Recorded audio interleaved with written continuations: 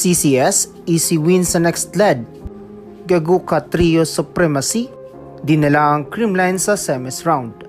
Creamline wala pa ring talo. Good mood everyone, welcome back to my YouTube channel. Huwag kalimutang mag-like, share, subscribe at pakihit na rin ang notification bell para maging updated ka sa ating mga video. Inaasahan na nga ito ng mga fans ang magiging resulta sa labanan ng Creamline at Next Lead Chameleons.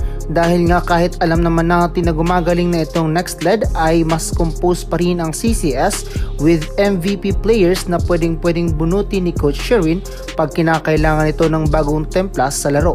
Dito nga ay pinatunayan ng CCS na still no team can defeat them until mapantayan ang performance na ginagawa nila.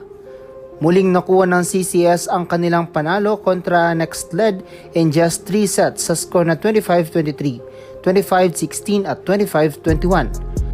Sa unang set nga ay medyo off nga rito ang laro ng CCS team kung saan ay puro error nga ang nagawa nila laban sa Next Lead. Lumalaki nga ang kalamangan ng Chameleons dahil na rin sa mga attacking errors ni Gumabaw at kanilang mga services. Dito nga ay gumagana si Permentilla at Maraginot para pataasin nito ang kalamangan. Subalit pagdating sa latter part ng set ay pinasok si Carlos na naging dahilan sa paghabol nito sa Next Lead. Tinapos ni Gemma ang unang set. Sa ikalawang set naman ay bumawi nga rito si Gumabaw at nagpaula nito ng malalakas na spike at hirap nga dito humabol ang Next Lead. Palitan nga dito si Gumabaw at Galanza sa set na ito dahil sa magagandang play ni Negrito.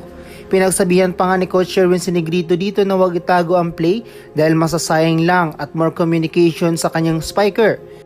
Dahil na rin sa init na laro na pinapakita ng CCS ay muli nitong nakuha ang ikalawang set at malayo sa kalamangan nito sa Next Lead.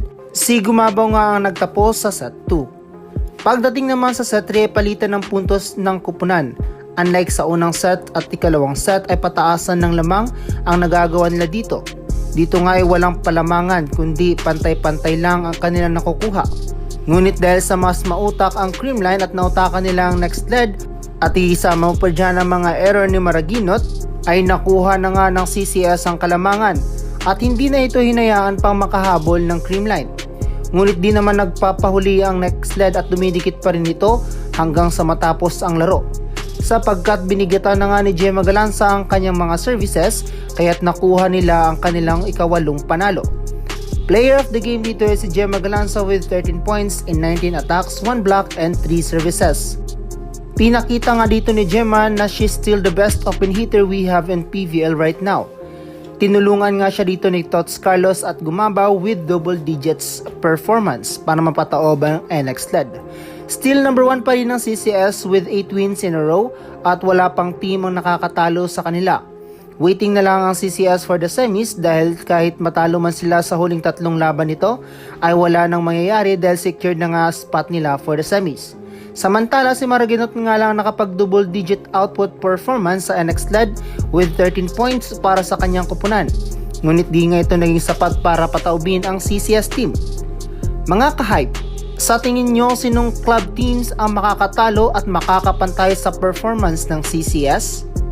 Comments your thoughts below. Huwag kalimutang mag-like, share, subscribe at i-hit ang notification bell para maging updated ka sa ating mga video.